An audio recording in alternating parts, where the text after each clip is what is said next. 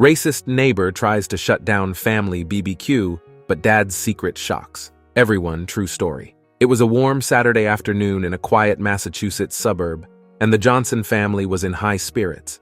The grill was fired up, the air smelled of barbecue ribs and smoked chicken, and the sound of laughter echoed from their backyard. This was their first big family gathering since moving into the neighborhood 6 months ago, and they were determined to make it memorable.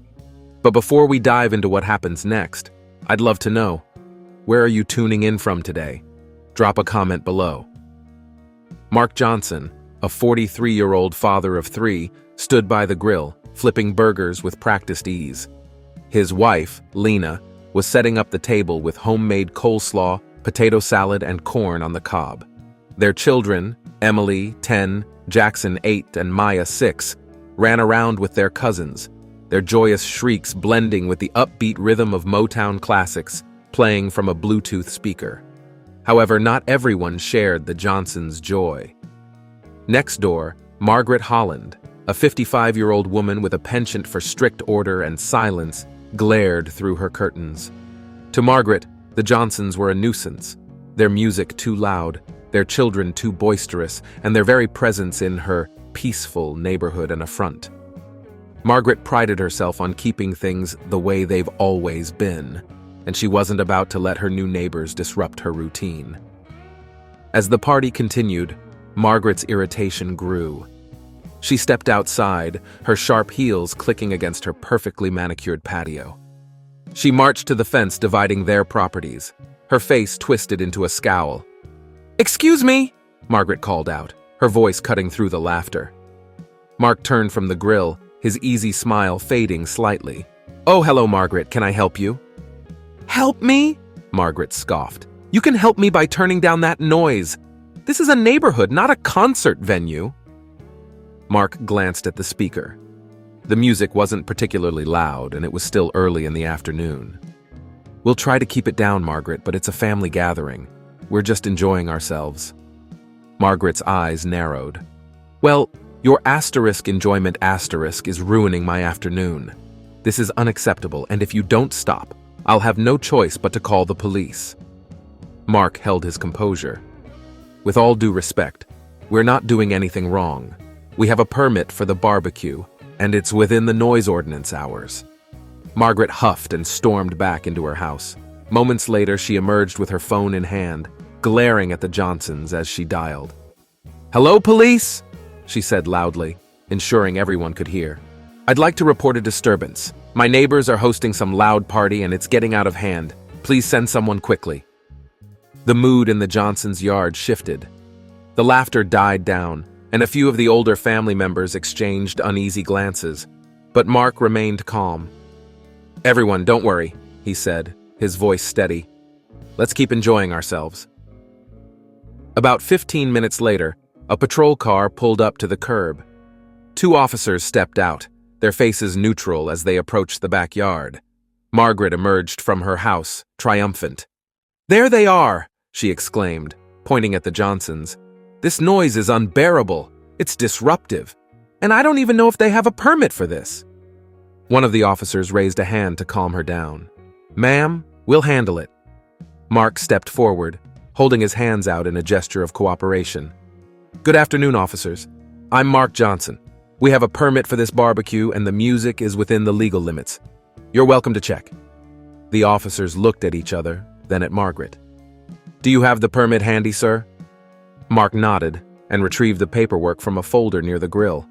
As the officers reviewed it, Margaret smirked, clearly expecting the police to side with her. But then, something happened that no one anticipated. One of the officers looked up from the paperwork, his expression shifting to surprise. "Mark Johnson," he said, his tone suddenly respectful. Mark smiled slightly. "Yes, officer. Is there a problem?" The officer extended his hand. "No problem at all. Major Johnson, it's an honor to meet you, sir." Gasps rippled through the backyard, and Margaret's smirk vanished. "Major?" Margaret repeated, her voice faltering. "Yes, ma'am," the officer replied, his tone cool. "Mark Johnson is a retired Marine Corps major. He served this country for over 20 years and received multiple commendations for his service. If anyone deserves a peaceful barbecue, it's him." Margaret's face flushed red. I didn't know." Mark cut her off, his voice calm but firm. "You didn't know because you didn't bother to get to know us, Margaret. You saw us as a problem instead of as neighbors." The second officer stepped forward. "Everything here is in order. Sir, you and your family have a great day. Ma'am," he added, turning to Margaret, "this is the second false complaint you've made this month. If it happens again, there will be consequences." Margaret stammered, unable to find the words to respond, before retreating back into her house. As the officers left, the Johnsons' family erupted into cheers. Mark, ever humble, raised his hands to quiet them. "Let's not celebrate someone else's embarrassment," he said. "But let this be a reminder. Never let anyone make you feel unwelcome where you belong." From that day on, Margaret kept her distance. And while she never apologized, her behavior shifted noticeably. The Johnsons continued to host barbecues and gatherings, becoming a beloved part of the community. Mark's quiet strength and dignity had done more than expose Margaret's prejudice. It had reminded everyone in the neighborhood of the values they should uphold: respect, kindness, and the importance of judging people by their character, not their color. In the days that followed the barbecue, the atmosphere in the neighborhood became tense. Margaret, embarrassed and angry, refused to admit she had been in the wrong. Instead, she doubled down on her resentment, glaring at the Johnson family whenever she passed by their house. She complained loudly to other neighbors about the unruly newcomers, attempting to rally support. But her efforts didn't go as planned.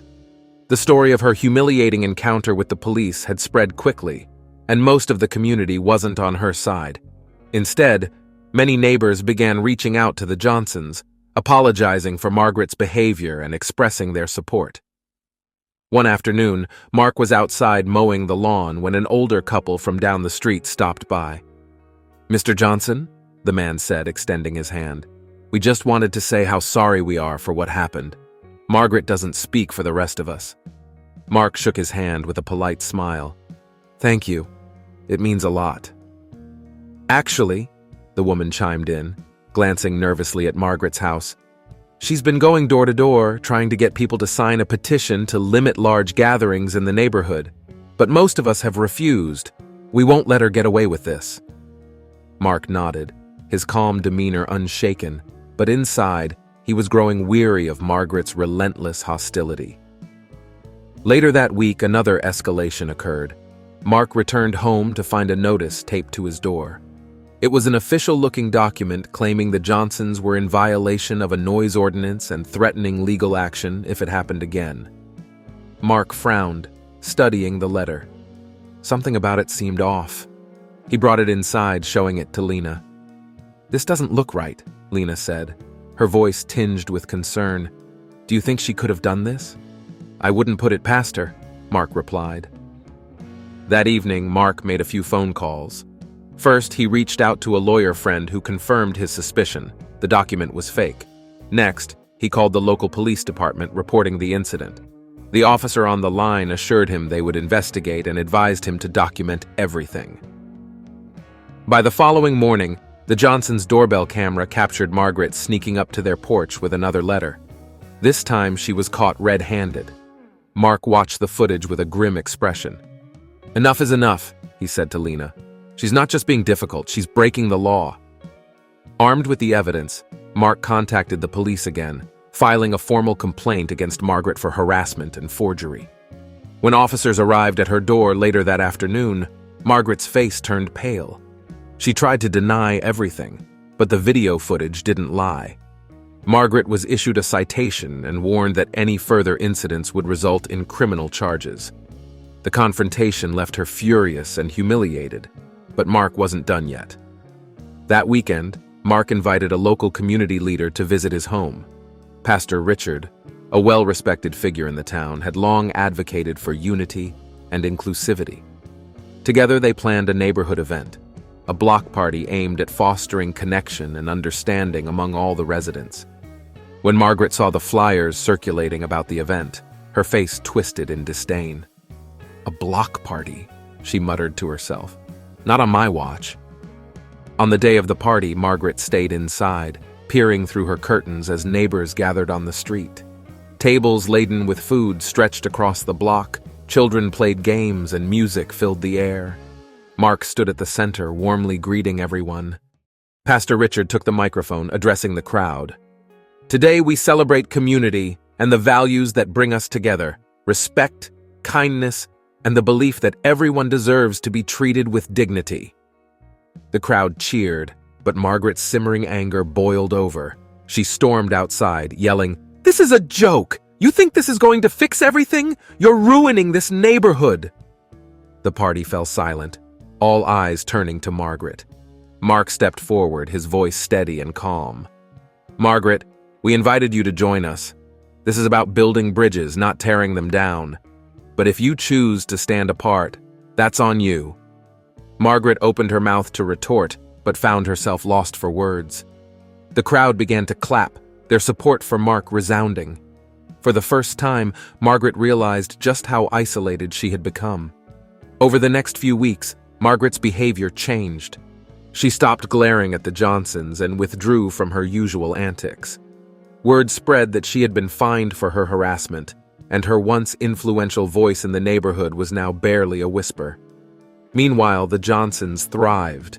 The block party became an annual event, a symbol of unity that brought the community closer together. Mark's calm determination and dignity had not only silenced Margaret, but had also strengthened the bonds between his family and their neighbors. In the end, Margaret's attempts to divide only served to unite everyone else, and she was left to grapple with the consequences of her actions, alone and irrelevant in the very community she once tried to control. Leave a comment if you enjoyed this story. It doesn't cost you anything, and you'll make me very happy. Thank you, and I look forward to your like.